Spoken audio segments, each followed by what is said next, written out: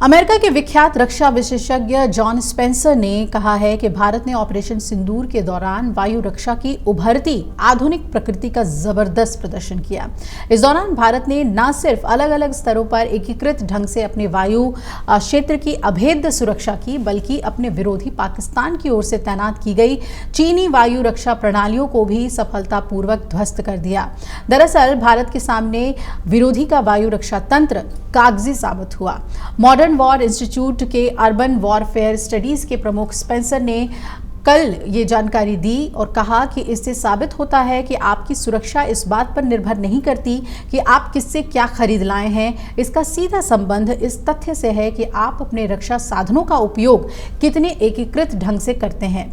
उन्होंने कहा कि आज भारत का वायु रक्षा नेटवर्क आकाश और QRSSAM जैसे स्वदेशी रूप से निर्मित प्लेटफॉर्म्स का जो समायोजन है, जो इजरायली बराक 8 प्रणालियों और रूस के S-400 के साथ संयुक्त रूप से काम करता है। उधर सीमा पार पाकिस्तान ने खासकर चीन निर्मित प्रणाली जैसे HQ-9P S-300 के समान एक लंबी दूरी के SAM और LY-80 और FM-90 तैनात किया और ये प्रणालियां कागज पर भले ही एक बार सक्षम नजर आए, लेकिन भारत के प्रभावी हमलों के सामने ये टिक नहीं पाए।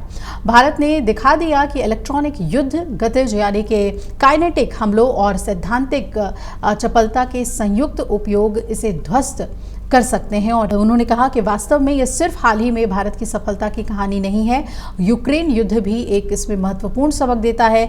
यूक्रेन का लगभग मान के चलिए कि 6 लाख वर्ग किलोमीटर का खुला भूभाग और शहरी अवसंरचना एक कठिन चुनौती है। इसलिए वायु रक्षा के लिए वो केवल उच्च स्तरीय सीमित मात्रा वाली प्रणालियों पर निर्भर नहीं रहता, उसे अपने हाथ में आने वाली हर चीज़ को एकीकृत करना होगा। यानी कि प्रभावी रक्षा तंत्र के लिए उसे पश्चिमी SAM सोवियत युग की बुक और S-300 इकाइयों, मोबाइल IR-IST बैटरियां, man portable air defence system और सबसे महत्वपूर्ण जर्मन निर्मित गोपार्ड्स जैसी एंटी एयरक्राफ्ट गन को भी अपनी रक्षा प्रणालियों में एकीकृत करना होगा।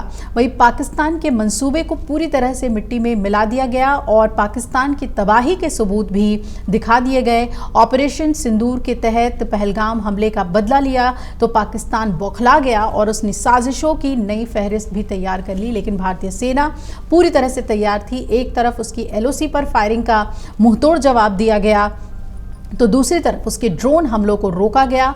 भारत के डिफेंस सिस्टम ने पाकिस्तान के हर हमले को नाकाम कर दिया और इसके बाद पलटवार ने भारत ने पाकिस्तान की धज्जियां भी उड़ा दी। कई एयरबेस डिफेंस सिस्टम तबाह किए और पाकिस्तान पूरी तरह से घुटनों पर आ गया और फिर उसने संघर्ष विराम के लिए गुहार लगाई और ये सब 72 घंटे में ही हो गया, जिसमें पाकिस्तान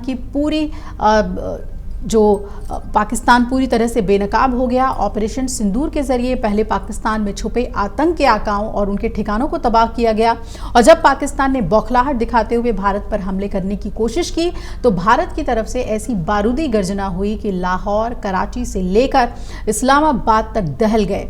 तस्वीरें सामने आई तो पाकिस्तान के सैन्य ठिकानों पर भारत के शौर्य की मुहर लग चुकी थी। अगर आप ये वीडियो YouTube पर देख रहे हैं तो हमारे चैनल को सब्सक्राइब कर बेल आइकन दबाएं और Facebook पर देख रहे हैं तो हमारे पेज को लाइक करें। अगर आप ये वीडियो YouTube पर देख रहे हैं तो हमारे चैनल को सब्सक्राइब कर बेल आइकन दबाएं और Facebook पर देख रहे हैं तो हमारे पेज को लाइक करें।